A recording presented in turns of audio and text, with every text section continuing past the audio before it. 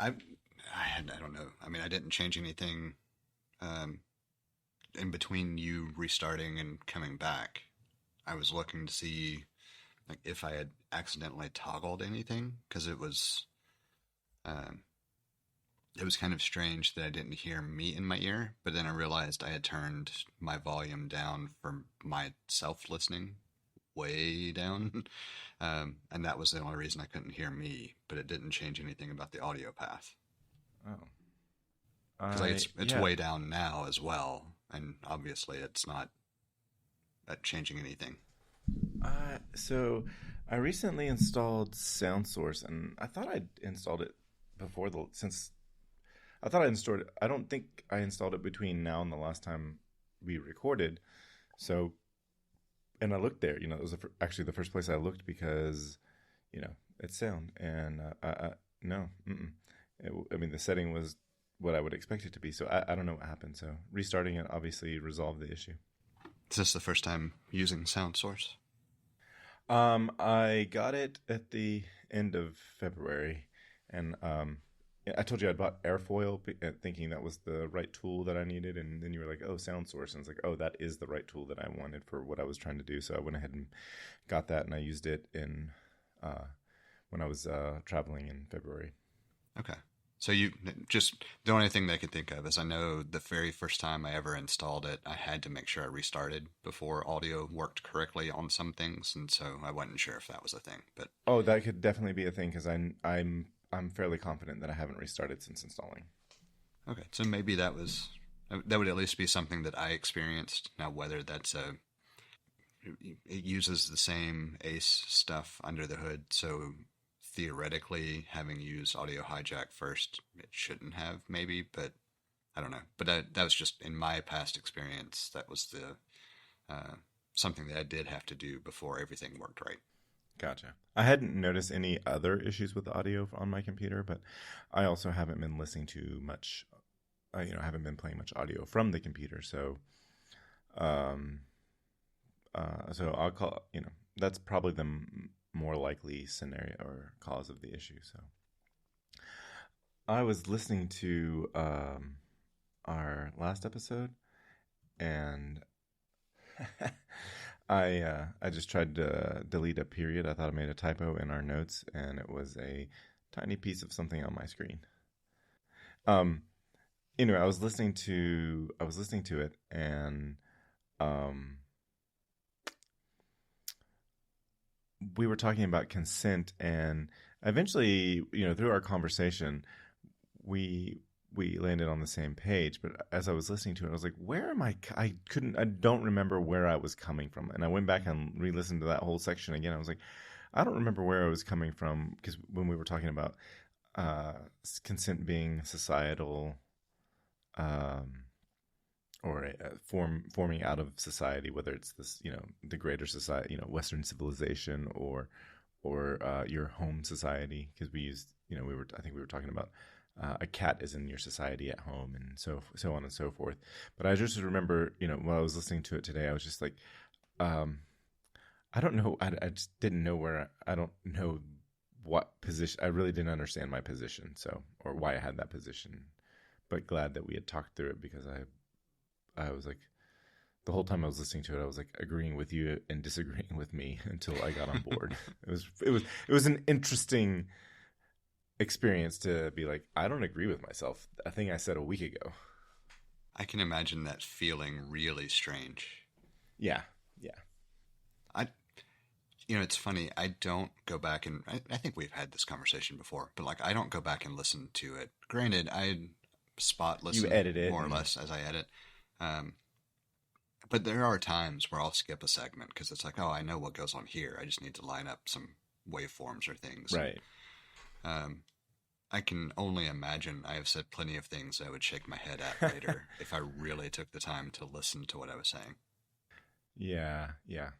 I think it's just the nature of this type of like discourse anyway, where it's all off the cuff. It's not like it's prepared remarks and really diving into something that's not meant to be just kind of a take that is fully capable of changing over the course of an hour to a week to a month to whatever.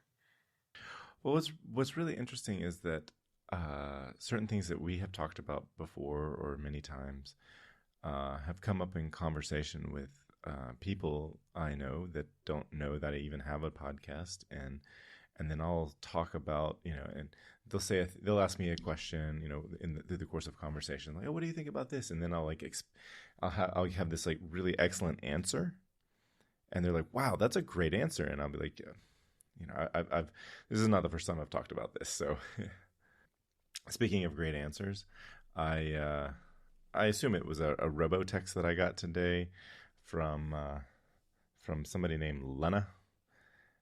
Oh no, it's definitely got to be a robo text. It goes, "Hi John, I don't want to keep bothering you. This is Lena Loans." Like they're trying to loan me money. This is Lena Loans reaching out again to go over your personal loan details. If you no longer need it, just let me know. Otherwise, do you have a few minutes now to discuss? And I was like, I'm going to engage ChatGPT for a response. And we went through 3 potential responses, and then I said, hey, can you combine them? And ChatGPT was like, of course I can combine them. And so the response I sent back was, Lena, I admire your persistence, but if you don't want to keep bothering me, this is a bold strategy. I'd rather discuss my loan details with a magic 8-ball, but even it would say, outlook not so good. My financial needs are currently met by a rich fantasy life and an aversion to debt, though I do owe whoever sold my number a stern talking to. Consider this my official no longer need it notification. Best of luck on your quest. To which they replied, thanks for the update. If you require any assistance, please do not hesitate to reach out to us on 949-334-2084, and we will be happy to help you. Lena, and I got ChatGPT to respond to that. And it says, Lena, your optimism is inspiring. If I ever find myself in dire need of unsolicited financial advice, you'll be the first to know. Until then, may your persistence be rewarded elsewhere.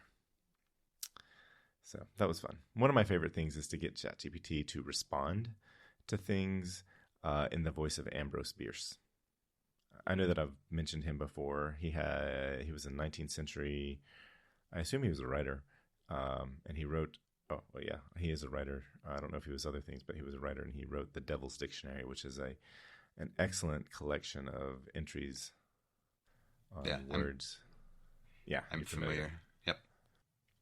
So I've gotten ChatGPT to craft some responses in the voice of Ambrose Bierce, and they are chef's kiss. I need to do something like that. I need to a response in the vein of Game of Thrones. Mm-hmm. Oh yes, that would be excellent. That would be excellent. I'll have to start thinking about doing that. I get so many spam calls from I don't know, name the most generic financial partner's name you could think of, and that's what it always is. And it's just so annoying that there's not a better way to stop that by now. Yeah. I had some other follow-up items from last episode. I did look up Isaac Asimov's 3 Laws of Robotics, and I like them. They're good laws. They're pretty basic, but they're solid. But because we had mentioned it last time, I think I'd said something about, is it time to invoke Isaac Asimov, and we neither one of us could remember them verbatim, so I thought I'd share them. And that was 1: a robot cannot harm a human. Must obey human commands unless they conflict with the first law, and a robot must protect its own existence unless it conflicts with the first 2 laws. Yeah, the wording on the third one is the one that I always mix up or mess up. Excuse me. The first law is the one that comes to mind, no problem. And the second one, because of the first one, I tend to remember, not necessarily verbatim, but the gist of what it is. But the third one, for whatever reason, I never can remember exactly what it's talking about until I see it again. And then I see it again, and it's like, oh yeah, well, why couldn't I remember that? Right. It seems so obvious. Yeah. There's a lot of things in life that seem so obvious to me after the fact, and they were not obvious to me before.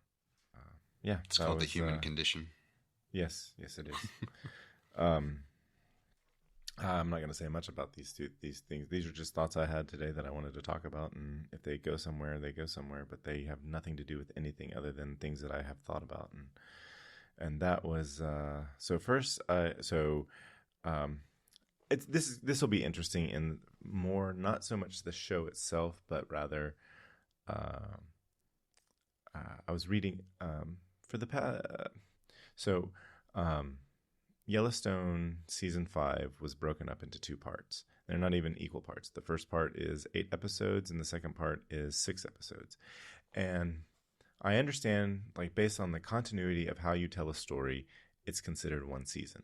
Breaking Bad did this with their final season. They broke it into 2 parts, and there were months in between the release of the episodes. And I found that to be frustrating. Actually, I find not dropping all the episodes on the same day that you could watch it at your pace, whatever pace you have. I find that not doing that to be a nuisance. So like most of Apple's, I think all the shows on Apple TV Plus I've seen are that way.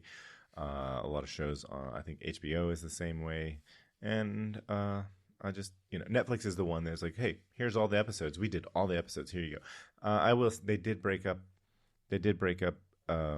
The 4th season of Stranger Things, but I think there was sometimes there is some amount of utility in doing that. It's like, hey, we've got like the last 3 episodes of the 4th season of Stranger Things are the episodes are the length of feature movies.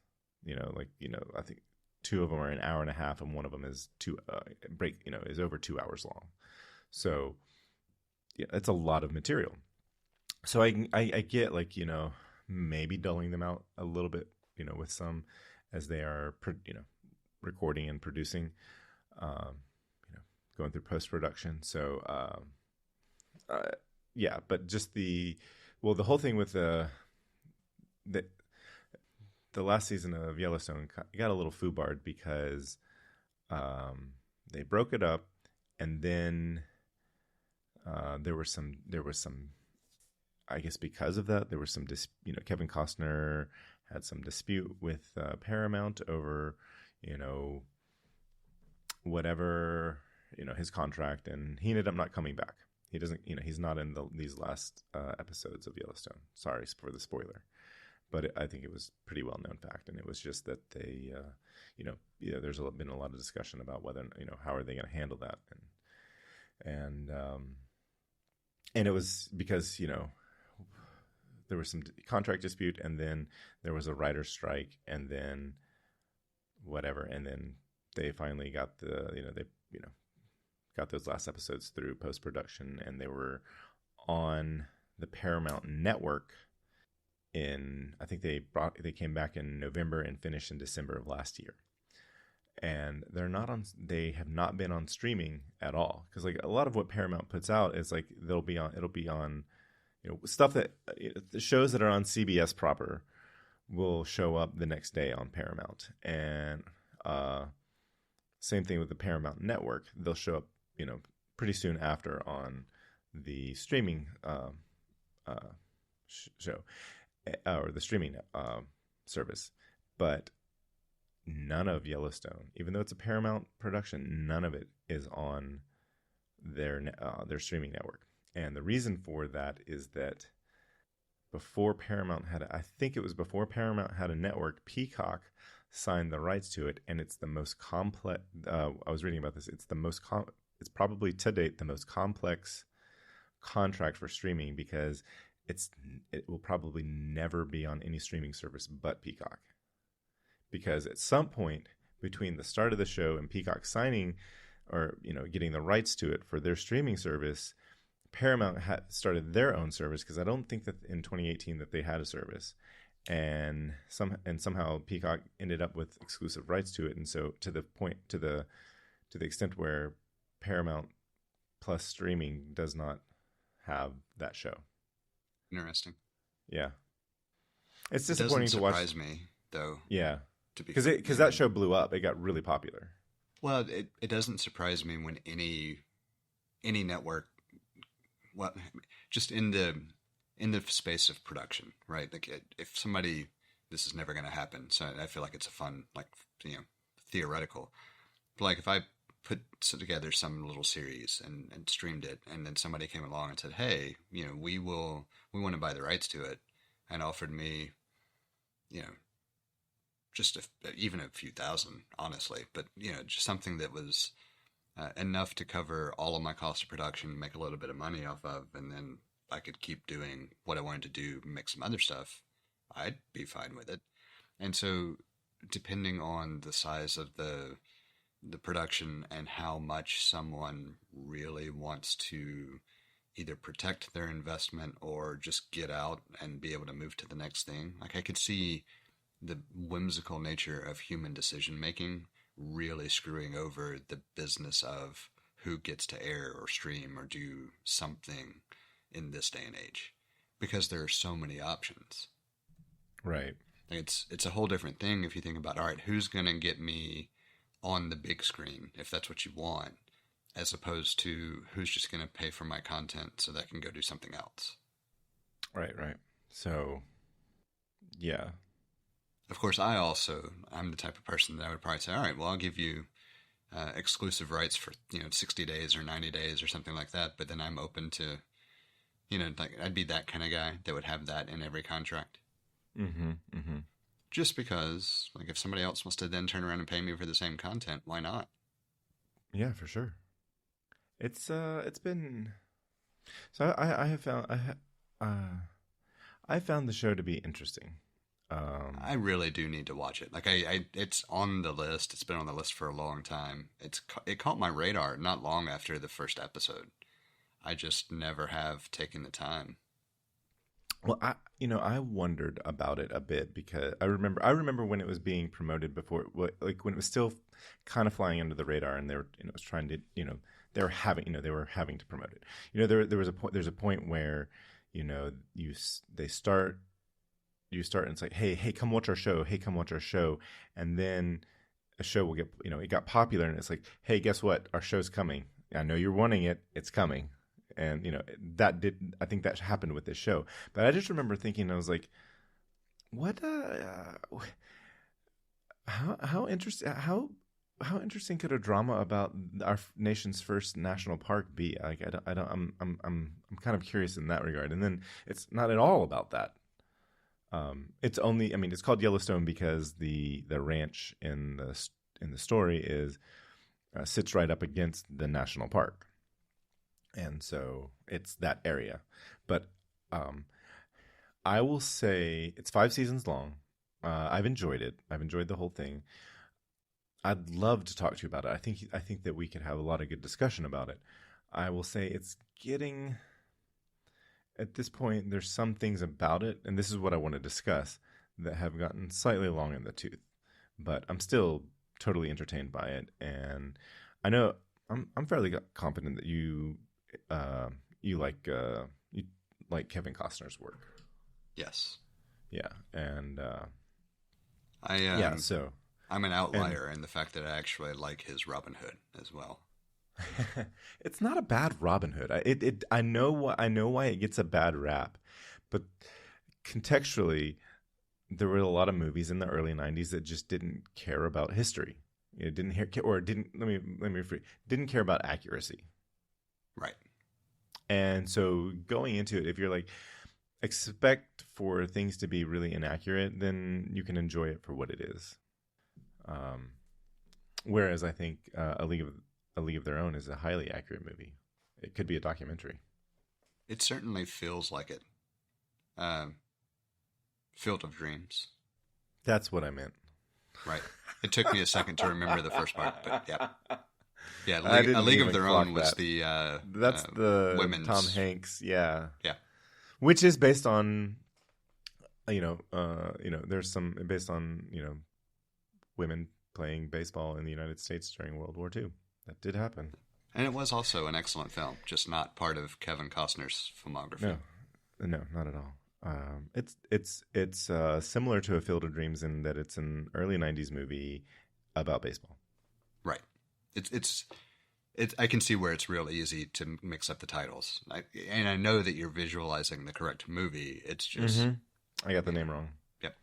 And even when I said A League of Their Own, I was like, I in my head I was like, that sounds right. And if I had said A Field of Dreams, I would have just known that was the correct title, and I wouldn't have thought that sounds right.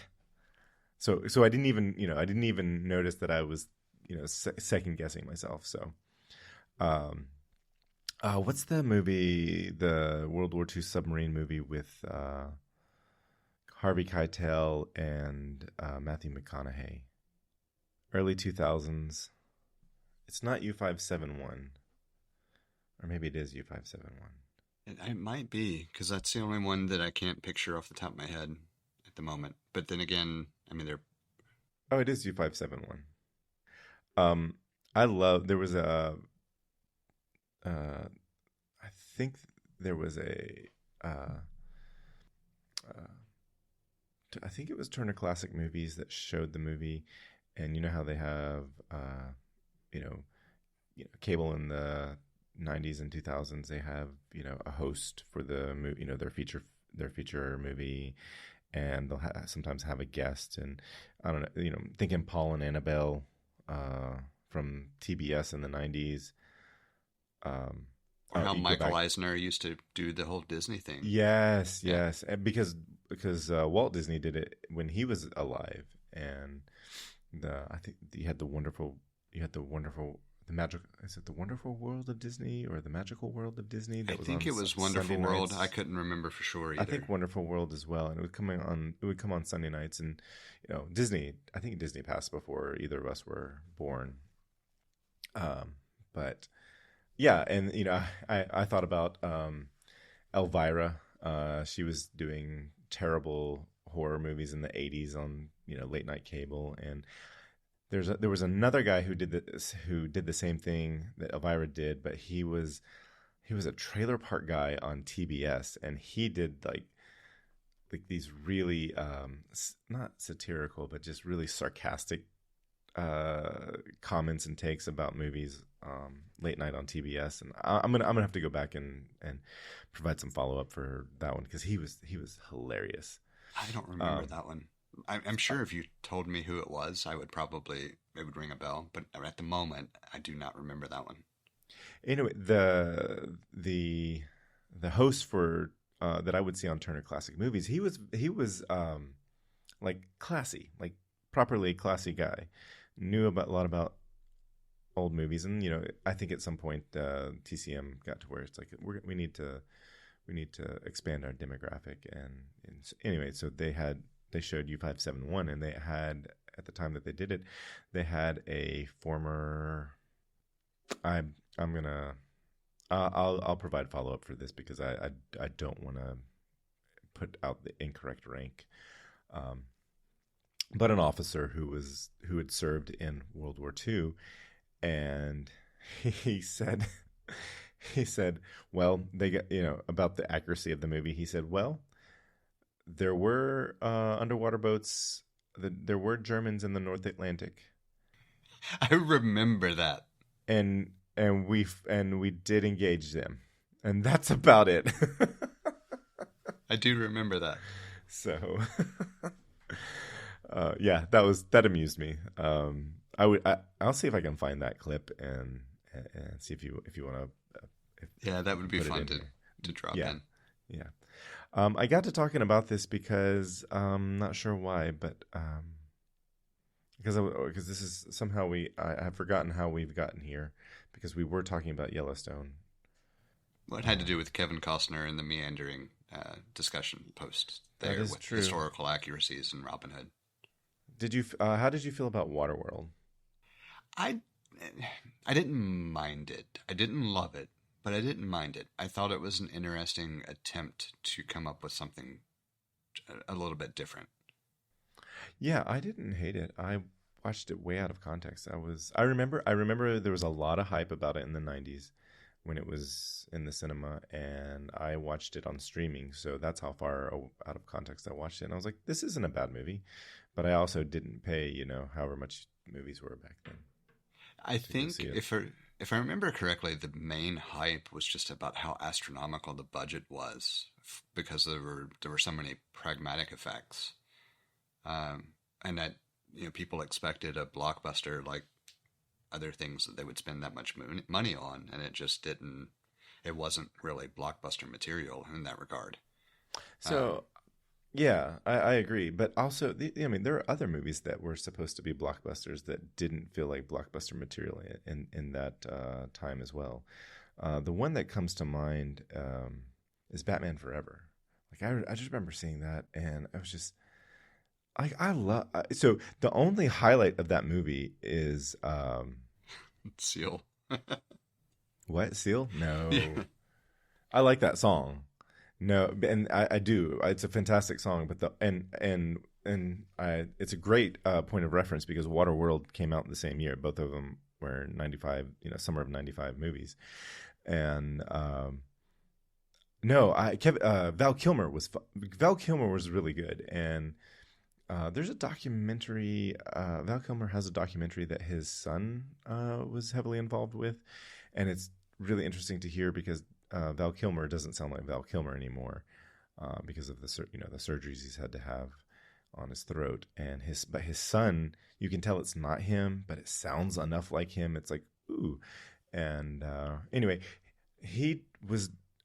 I just haven't I already liked Val Kilmer, and then I found more to like about him after watching the documentary, and but one of the things that he was pointing out is that he was trying to put some, trying to have some fun with Batman Forever, and it just wasn't like the Schumacher wasn't having any of it, and it could have been an interesting take on the Bruce Wayne character that,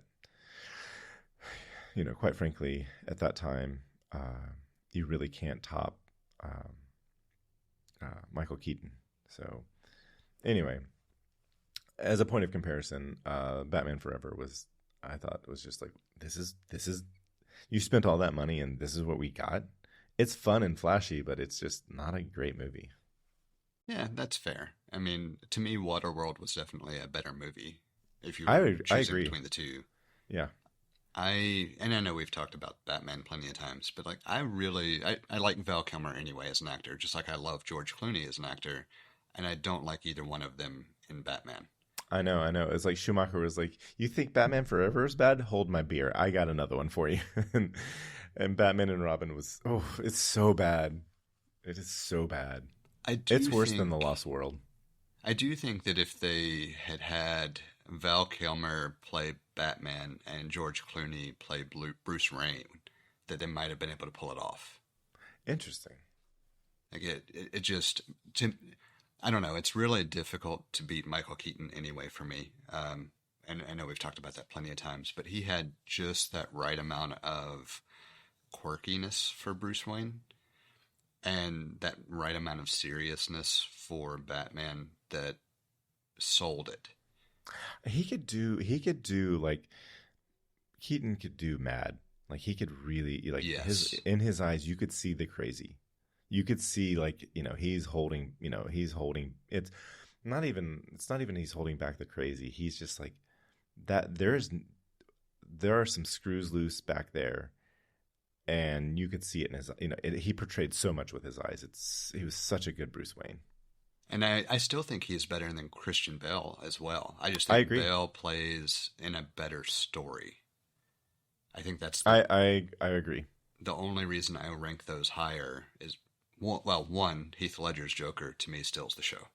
For sure. And so that will always be, well, not always, but up to this point, that will be the best Batman I've seen. But the films as a whole, I think, had the better story. I would have loved to have seen Keaton and Nolan collaborate back in the beginning to see what they could have pulled off together, Yeah, that would be interesting. Because that would be a really different Batman, and I don't know if I would like it better. Like I do think that Keaton was so phenomenal because Burton is who he is. Yeah, well, he had a, he had a vision of like, I know that we've talked about this before, but I'm going to say it again. And that is that he looked back and he's like, this is how dark it's supposed to be.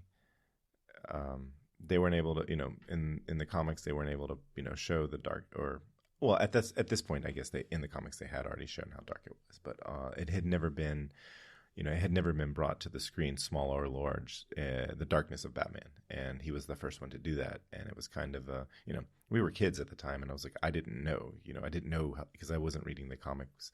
I didn't know how dark Batman actually was. Yeah, I actually never read any of the comics until after that. Yeah. Anyway, I recommend Yellowstone and all of its spin-offs. It has at least it's got two spin-offs that are available to watch. One is 1883, and it is about how Yellowstone is about I think the name of the ranch is the Dutton, maybe either the Dutton Yellowstone Ranch or the Dutton Family Yellowstone Ranch, something like that. It's got their family name, Dutton. And 1883 is about how the Duttons made their way out to Montana. It's one season, 10 episodes, really good. I enjoyed it. It took a couple of episodes for me to get into it, but once I got into it, I was like, I wanted to, I didn't want to stop watching it. And then 1923, they're on their second season that's currently ongoing. So the first season's available. Second season they're dropping episodes weekly, and that has stars Harrison Ford and Helen Mirren. And so it's like 40 years later, which it's kind of amazing because in 1883, there's nothing out there. It's like it is basically they're like some of the last pioneers to cross from eastern east of the Mississippi to out west on the Oregon Trail, and it's like I was watching it and I was like, wow, okay, I get how so many people died on the Oregon Trail. Like the whole, you died of dysentery, you died of a snake bite. I get that now. Like they really, showed the hardship that was being a pioneer. It also has that 1883 has a couple of country singers, Tim McGraw and Faith Hill, play husband and wife that portray husband and wife, and Sam Elliott is also in that. So one of his last Go ahead. I was gonna say, I guess one of his last cowboy or most recent cowboy shows. Yeah, the cast has caught me from day one. Anyway, so I have recently finished up the Rings of Power through its current season. I'm finishing up the Wheel of Time. Both of those are Amazon fantasy tales. And we're almost done with Lucifer. So at that point, I will go ahead and make the commitment that I'll pick up Yellowstone and get started on it. Now, whether that will be me watching it, when I row, or it will be Emily and I both watch, that to be determined. Probably just me, but to be determined.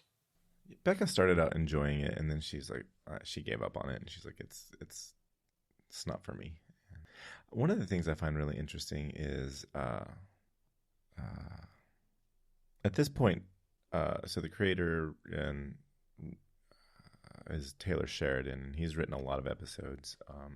I would expect that he's written the bulk of it, but I haven't gone to look. But you see him you see his writing and directing credits quite a lot through all 5 seasons, and he's an asshole, and he knows he's an asshole. And he also acts in it because he started out as an actor, and his acting career wasn't phenomenal. So he also took he's also pretty good writer and came up with some great stories, and at least they're compelling stories that folks want to watch, and he's really interesting because he's the shows that he's written have garnered the attention of conservative Americans, and I understand why.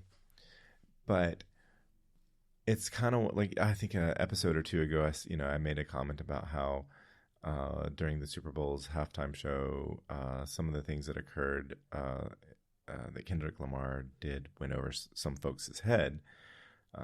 I think the folks that got mad at, would be most upset about it, went over a lot of their heads. And I think there's a lot of things in Taylor Sheridan's shows and movies that go over conservative Americans who enjoy the show's heads, because while I don't think Taylor Sheridan is a liberal, he's probably, if my best guess is that he's libertarian, but he also calls bullshit where there's bullshit, like on both sides. And well, I don't necessarily agree with a lot of what he says, but he's a relatively intelligent person, and I do appreciate the things that he calls out. And a lot of what he calls out is like the mistreatment of basically colonial American, the continued colonizer behavior that still occur to this day in this country, as well as bullshit of manifest destiny, and so on.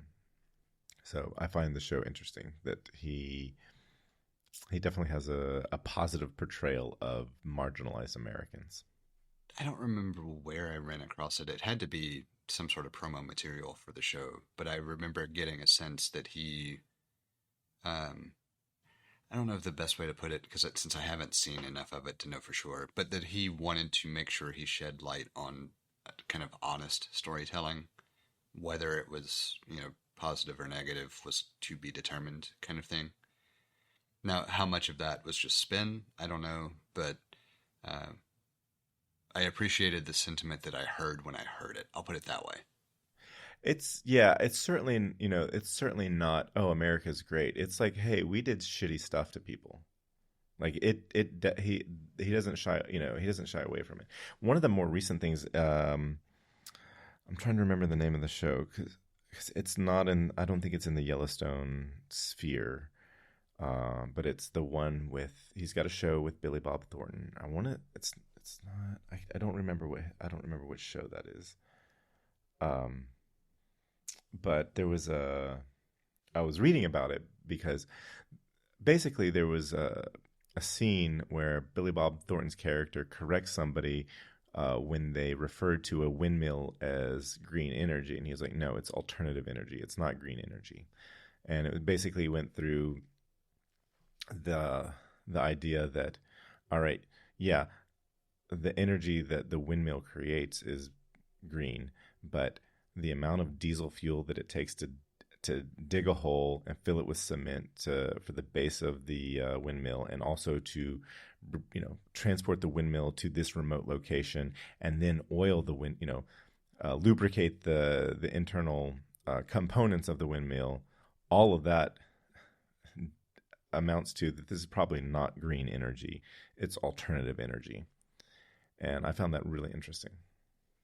And I know we've gone into similar topics before, but I would be interested in knowing the actual math behind how long it would take a windmill to offset its initial investment. Like, what's its carbon footprint? Right. Like we know that electric vehicles aren't. You can't say they are certainly better than internal combustion engines as far as carbon footprint goes, but it's not day one. And depending on where the energy comes from, depending on where you get your energy from, also determines how carbon neutral it is, or how much of an effect it has. And it's unclear. I'm not sure. I don't know what the plan is for the batteries, but at this point, I hope you didn't have stock in Tesla. Nothing is better than seeing that ridiculousness crash at this point. And I mean, I'm full disclosure. Obviously, I dislike many things about aspects of Tesla and its leadership, but the one thing that I've always despised is that it's always been overvalued from day one. and egregiously slow. Like there's nobody in their right mind who thinks it's actually worth that. Um, that is the thing that I like seeing, and I like that whether it's Tesla or some other company, like anything that is so overvalued and then crashes, I appreciate because the market responds in the way it's supposed to. Right. Right.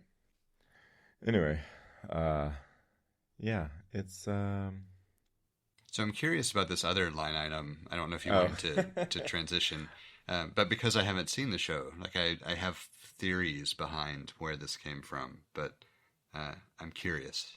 Well, I apologize because it's probably gonna be a big letdown, but for some reason I'm getting like a Garth Brooks vibe from Kevin Costner in the show Yellowstone. And maybe it's just the way they dress, you know. Costner is certainly he's not that much older, but maybe a decade older than Brooks. I don't know how old Brooks is. Because I think Costner is my mom's age, so he'll be 70 this year, or no, he might have just turned 70, and I think Garth Brooks is. I think he's in his 50s. I was gonna say I would expect him to be in his 50s. It would surprise me if he was in his 60s. That would really surprise me actually. Yeah, So I don't. I know he's in his 50s. I just don't know if it's early or late 50s. Like I know it's still 50s. So I don't know. I was getting the same kind of vibe from them because I don't know that much about Garth Brooks, but based on whose inauguration he performed at, I got some similar vibes. And I could just be I don't know, but I can see that. And it doesn't surprise me. So I have a fun anecdote on this one.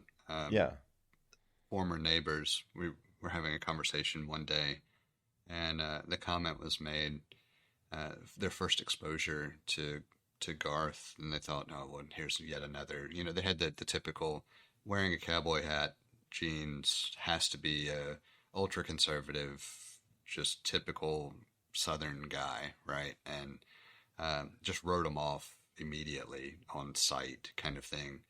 And then said that it was something like 5 or 6 years later, hearing a song and really loving the message. And I don't remember specifically which song. It's one of two or three.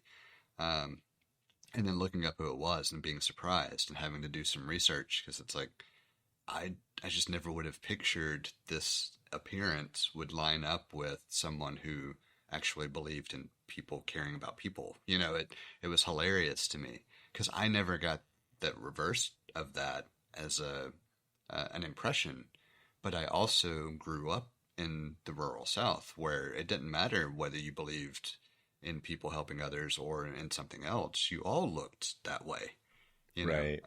And this person was someone who had a different regional and ethnic background. And so I really appreciated that conversation because it struck me how profoundly different something like a hat and jeans can portray someone as to different other groups because the stereotype is very much that of a very ultra conservative Western American like pioneer. Um, and so that just fun anecdote, but like I can see the comparison otherwise just in the typical promo shots and everything else having very similar views. They both wear the hat really well, I think, and so I can see the comparison. Yeah, there's a I think in season 3 or 4 there's a whole yeah, not subplot. What is it? Like sometimes shows you'll have the main story and you'll have the secondary story. I think there's a term for it, but it's escaping me. But there's a I mean, subtext would be in reference to events. So are you saying like within the show or within the world at large? within the show for sure. In So the show, there's some plot would be applicable. okay. So there's a subplot of there's a character that is she is a crunchy vegan California protester. I don't know if she's from California. She might be from California. Californians are not portrayed in a positive light. But I have since found, I think I might have shared this with you, but the whole, currently in real life, not in some television show, large parts of Montana, the beautiful parts of Montana, are being bought up by billionaires for their own use. Like, this is not the story, the fictional story that is Yellowstone is not made up. Like, Sheridan is drawing upon things that are currently happening in Montana.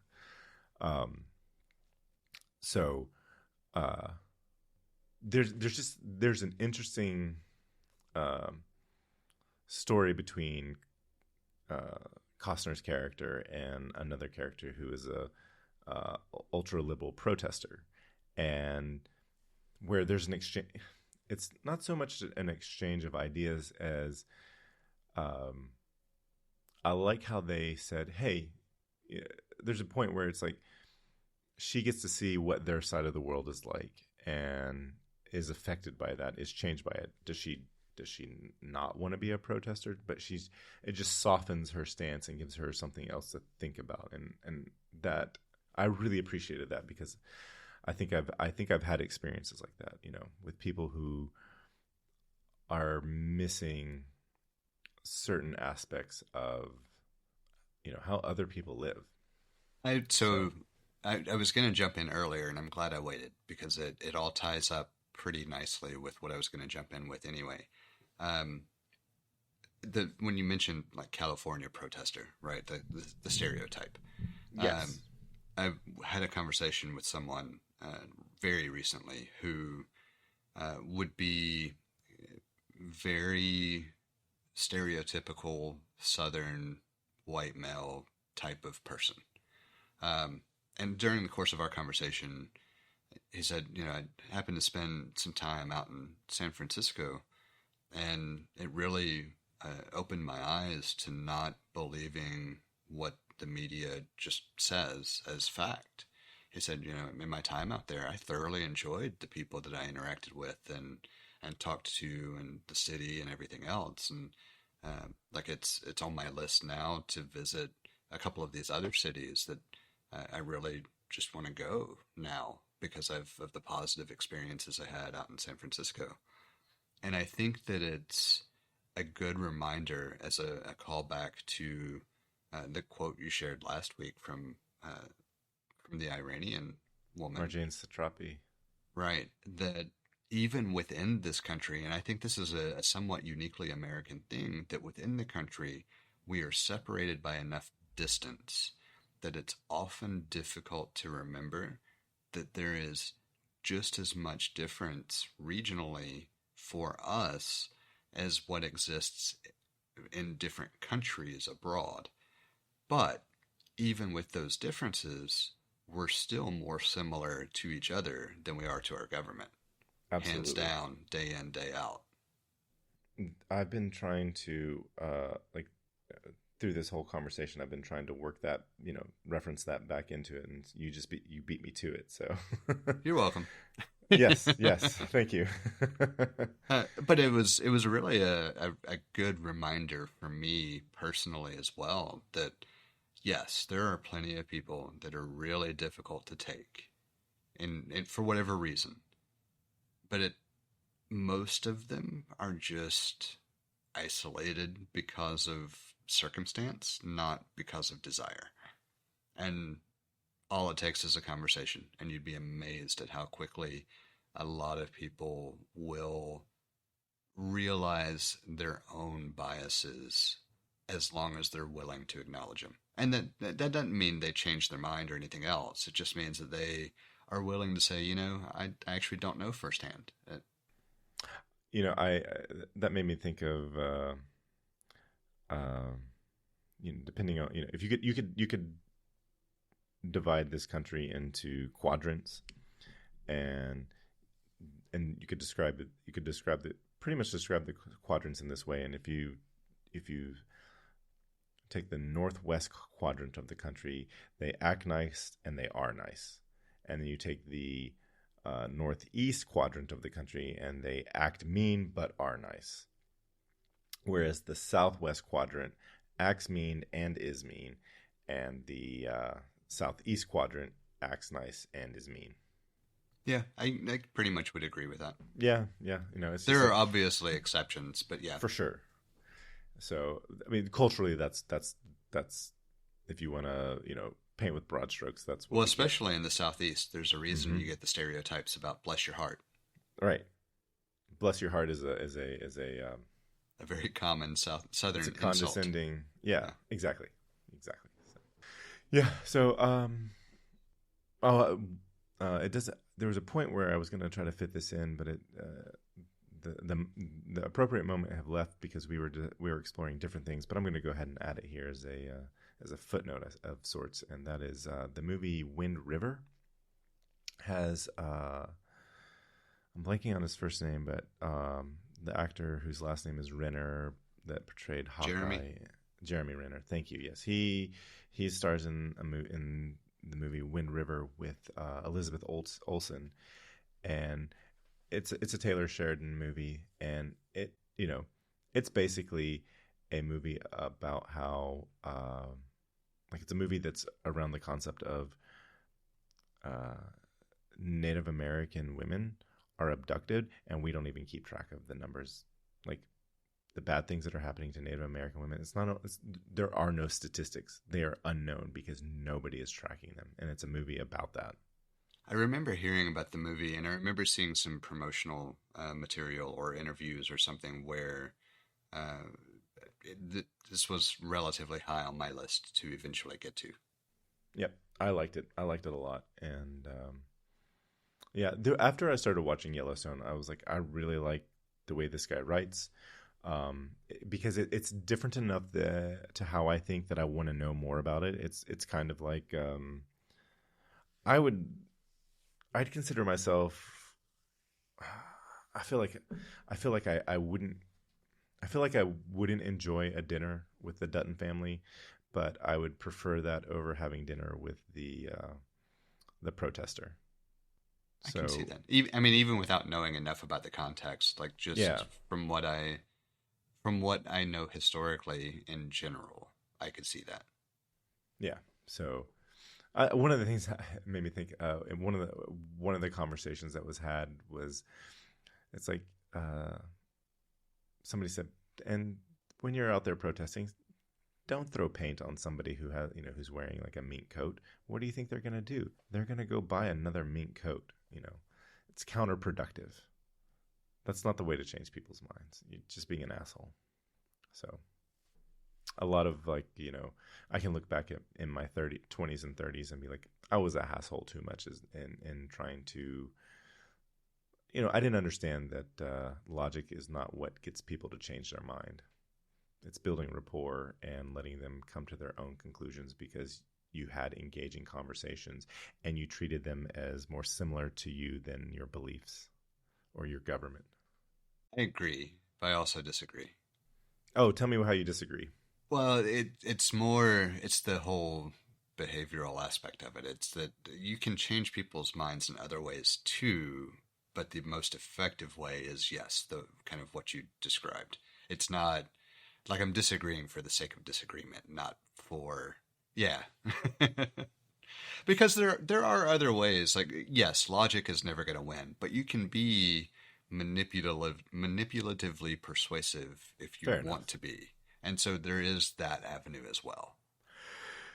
That's which fair. We see with our current administration. So, I have to call it out as an option. It's just not the best option. I agree. My mama used to say, you attract more flies with honey than vinegar.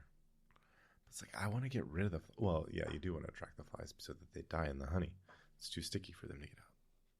I've turned that into probably a negative that I didn't intend. That's all right. It goes with my comparison to the current administration, so it works. Sometimes when we're talking and recording this show, I think about Forrest Gump, and it's like, well, that's all I have to say about that. And that's all I have to say about that. I ought to get that clip and just use that as a transition here Oh and my there. God, that would be fantastic. That would be so fantastic. I have recently thought it would be nice for me to take a little more time in editing to do some things like that. But at the same time, I think about, well, what happens if I get a cease and desist? You Mm. know? Well, it would just cease and desist. Yeah, but then I just don't want to deal with it. There's a point where if I can come up with a better way, I don't know. There's like there's like, the thing is like you're not trying, the thing is like there's something out there legally where you can use that fairly because you're not trying to rip them off. Yeah, well, it's just like, But you just don't want to deal with the pain in the ass that it would be. right. And well, there's similar to the whole, like, in order for a song to copy another song, it has to be more than X number of bars or something like that. And, there are plenty of ways that you can get around fair use, especially for something like this where you're not trying to portray it as your own thing anyway. But part of it is just the difficulty of acquiring and using enough of a library of sounds. Like the time it takes to create that library. Well, I mean, obviously, I could just use the one and overuse it to death. But like for me, a lot of times I would love to use like a quote of Sorkin's from somewhere as well, or something else. And it's the effort to go through and do that for what amounts to a free show, that's not really trying to garner, an audience and be more. Um, it's where do you draw the line on effort, and that's the big thing. I think. Well, my thought is if there's any soundbite that you want, I'll go find it for you and I'll prepare it and put it in our shared folder and it'll be there for you. Um, I know you can do it just as easily as I can, but I'm happy to go be the one that does it and as a additional more contribution because I think there is a little bit of an imbalance there since you're the one who is doing the editing and posting and so forth. But so yeah, if there's any clip, I'm happy to go grab it and make it work for us. But Well, I mean, but I also historically, it's about time for us to rethink our format and presentation anyway. So maybe we'll start working some of that in. Okay. Well, I was going to say the Cultcast that the folks over at Cult of Mac do, they have clips they are a much bigger podcast than we are, and they have clips all the time. And I haven't been listening to them for that long, but they have not talked about, they've not mentioned anything about having to cease and desist their use of popular media, clips of popular media in their podcasts. So I think that if nothing else, if for no other reason, I think we have a fair amount of security through obscurity. Well, and I mean, the likelihood of somebody coming after you for using a short clip is pretty low anyway, because of fair use and everything else. Yeah. Which is not even on anyone's radar, so. But the only time I've ever had an issue is when I used a song in its entirety to cut a montage of video game stuff too, which was eventually taken down. And I completely agree. Like, it's not like I was trying to get around it or anything. It's just, it was fun. And so I put it together and like 5 or 6 people watched it, and eventually algorithms found it and took it down. So it is what it is. Like I get that it's easily something we could do. It's just the time commitment that by the time you add that on addition to, or on top of other things, it's just taking the path of least resistance, really. Yeah, I understand. It's also historically, it's also about time for us to do an episode where we talk about and brainstorm different ways that we might change the show and probably end up at the same point. Well, I was thinking that I think it'll be, I was thinking, we've talked about a live show, and we should do a live show. We should do an in-person recording. I know we've talked about it, and I've been thinking about it. So yeah, I'm certainly on board with it, and I certainly have the equipment to do it. And it's going to be a lot of trial and error. Okay. Just because we'll have to figure out, what settings work, what doesn't, what combination of mics will do best, and all that other stuff. Like there's plenty there that I would like to figure out. We just have to allot enough time to figure it out. Okay. I think we can make that work. Be careful though, because the next step is video and posting to No, YouTube. I know. There's, I know that exists. There's a lot of that because, I have no issue with that. But I know that. I mean, I'd be good with it too. It's just that ups the production value or production overhead and all enough that it's like, all right, I don't know if I want to do that every week. Right. I know that, so, the way around that is we could do what the folks over at ATP do, because they have been uploading to YouTube for a while now, but it's just it's just the audio with their graphic. I don't even know if it does show art. I just know that they have it out there. So, there's certainly an option where it's like we could start posting every episode to YouTube, and then have like special episodes that have actual video with it. So, I need to look at that closer. I mean, yeah. I know we've kind of mentioned it in the past too. Like, I've debated the thought of rebranding and really trying to push things as well. I don't know. It seems like we probably should have an actual brainstorming session before too long. I've had some thoughts about it, and just and this is not the brainstorming session, but just my initial thoughts were kind of what we just did, and that is when you had mentioned that you and Emily had finished watching Shrinking. I went and I had a couple of weeks to watch it, and it wasn't a heavy lift, and watched it, and then we talked about it, and I just had this thought of like, there's an intersection of, hey, we both are Apple fanboys. We've both been critical of that. We both like shows and movies and so forth, and I'm wondering about a show, kind of a show where we talk about Apple TV Plus shows, because I don't know that there's a lot of that going on. Maybe there is, I don't know, but and it doesn't have to be limited to that. But that's kind of where my brain got going. To think about that a little bit, because it certainly. It's like, what do we have to? Go ahead. I was just gonna say it's not an off-putting idea at all. Like, there's nothing about it that makes me say no. It's just is there enough there to make me feel like I'm not gonna want to start changing the topics up? Like it's more of I think the one thing that this show kind of suffers from is there's a lack of focus, and intentionally so. Like, it's not a knock against it, but if we are going to consider something that has a focus, trying to make sure it's both focused enough to be of interest, but also unfocused enough to not be, well, I really wish we could talk about this, and not to say that you couldn't have outliers anyway, but it's worth thinking about what really encompasses a like one sentence statement of what you really want to talk about, as opposed to this intersection of things that's just currently unserved. Yeah. And the other thought I've had about that is like, okay, what are we going to bring to the table that's not already there? Well, at the end of the day, nothing but more than confidence is all that you need. Like I agree. Somebody has to blow up. It's like, nobody, well, not blow up, but like, I mean, in the sense that go viral kind of thing. Yeah. Yeah. Well, just, I think about the Snazzy Lab YouTube channel. It's like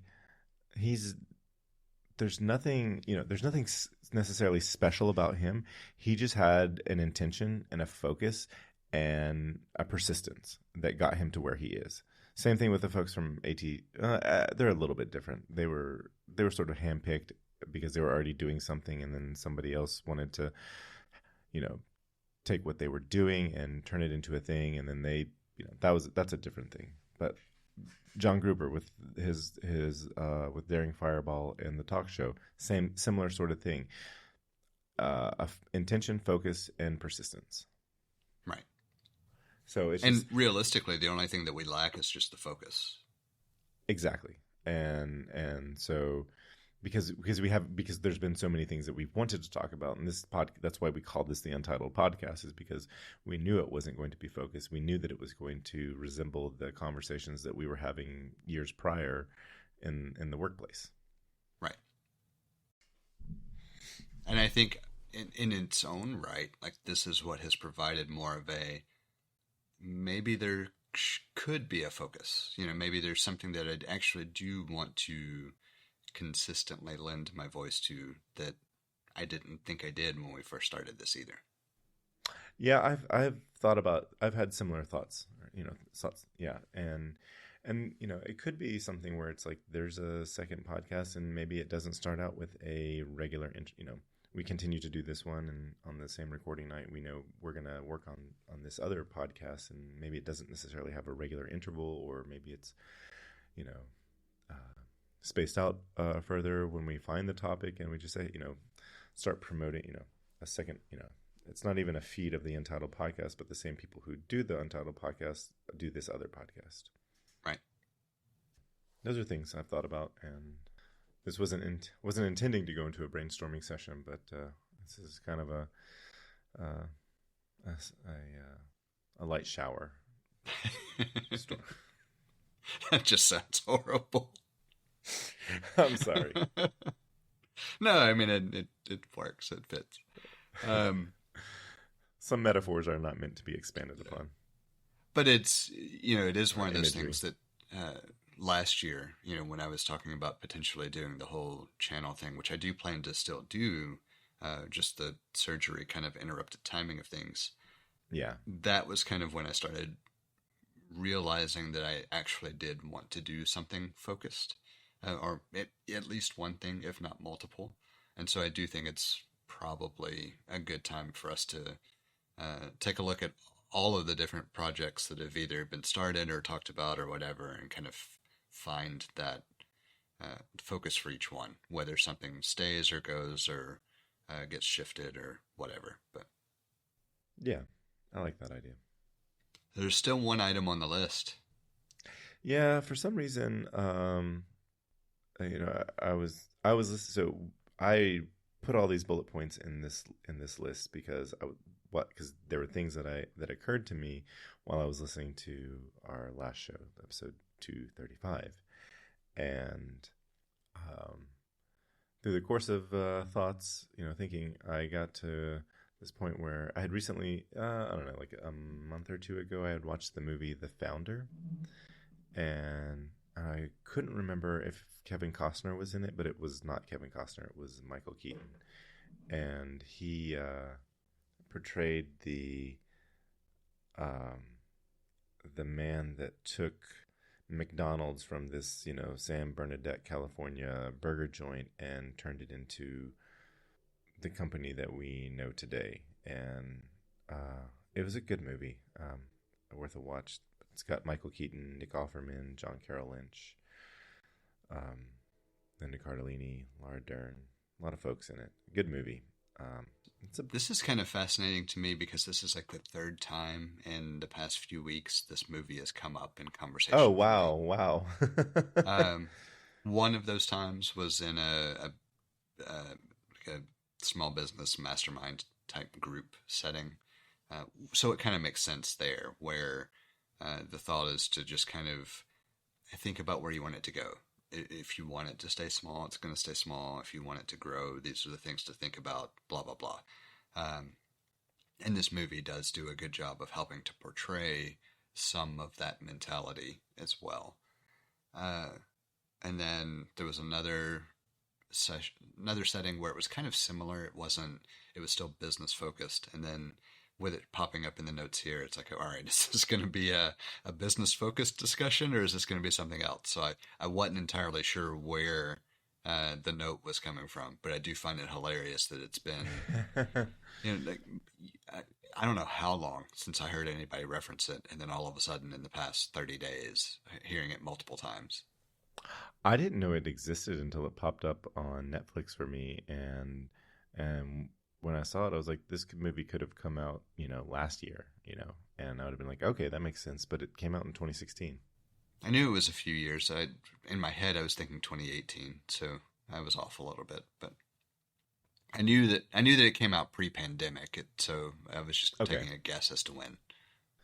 So let me ask you this, because for somehow, I was just thinking Kevin Costner, and it's not like I think that Kevin Costner and Michael Keaton are the same person or ever get them confused.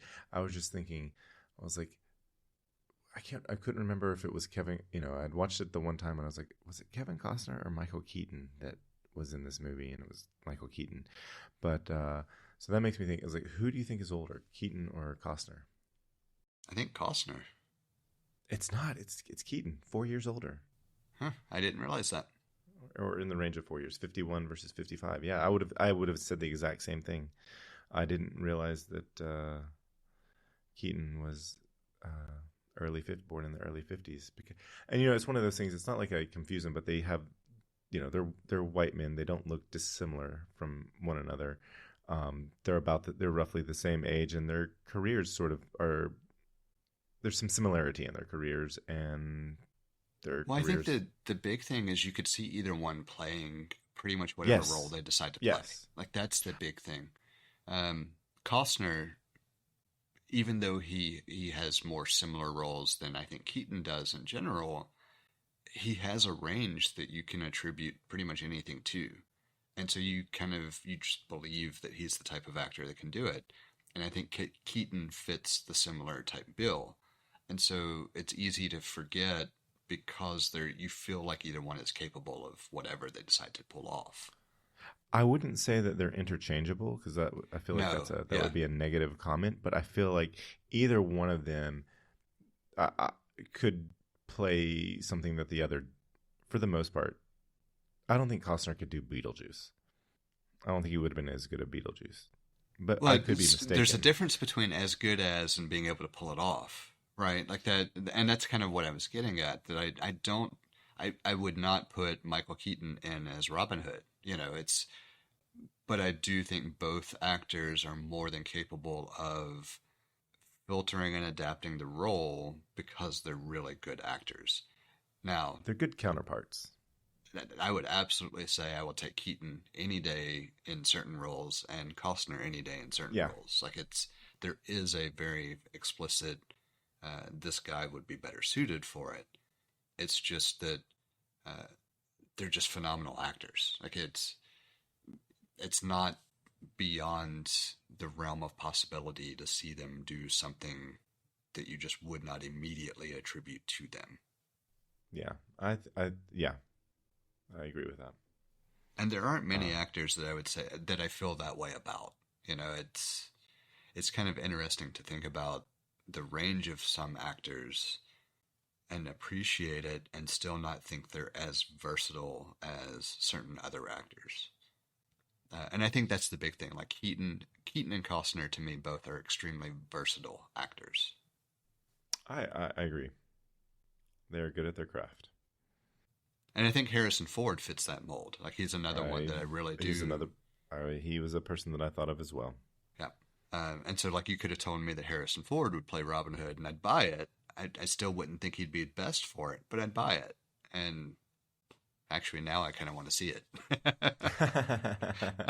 But it's uh, like I really do attribute the quality of their acting to be why you could buy them in whatever role. the last thought I had was, oh, it was I did some real time follow up and found out that Garth Brooks he turned 63 last month. Oh damn, I was wrong. Yeah, yeah. I didn't. I was thinking the same as you. I thought, um, I didn't. I thought he'd been earliest he would have been born is the late 60s, but no, it was 62. Well, in fairness, when I saw him in concert, he made the comment about being 50 something. And so I just kind of assumed it was mid 50s, not late 50s. Right. Still a Gen X kid. Yeah.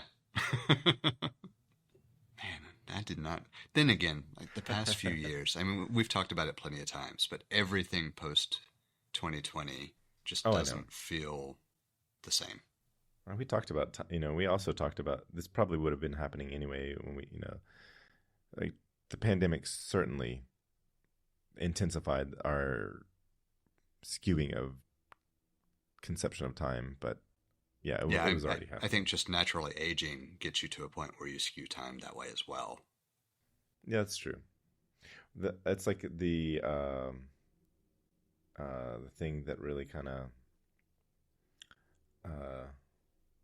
really did a thing for me, and this was before the pandemic, and I had looked up Kurt Cobain is a year older than Sebastian Bach from Skid Row. Was he in Skid Row? Anyway, it was just kind of weird to be like, he's in an 80s, he's in a hair, 90s grunge frontman is older than, an outgoing 80s hair band frontman. We have a number of different ways set up for you to get in touch with us to provide feedback, ask questions, or just comment in about something we've discussed. You can hit us up on Twitter or Instagram at untitled_hosts, or shoot an email over to untitled.hosts@gmail.com. Or get in touch directly with Jesse at jthart.com, or get in touch with me, John, via telepathy. If you would like to support our work or are interested in listening to our new after show feed, head over to patreon.com/theUntitledPodcast and take a look at the options we have set up. Thank you for listening. We hope you've enjoyed the show. And we hope to connect with more of you as we continue this journey. That's a wrap.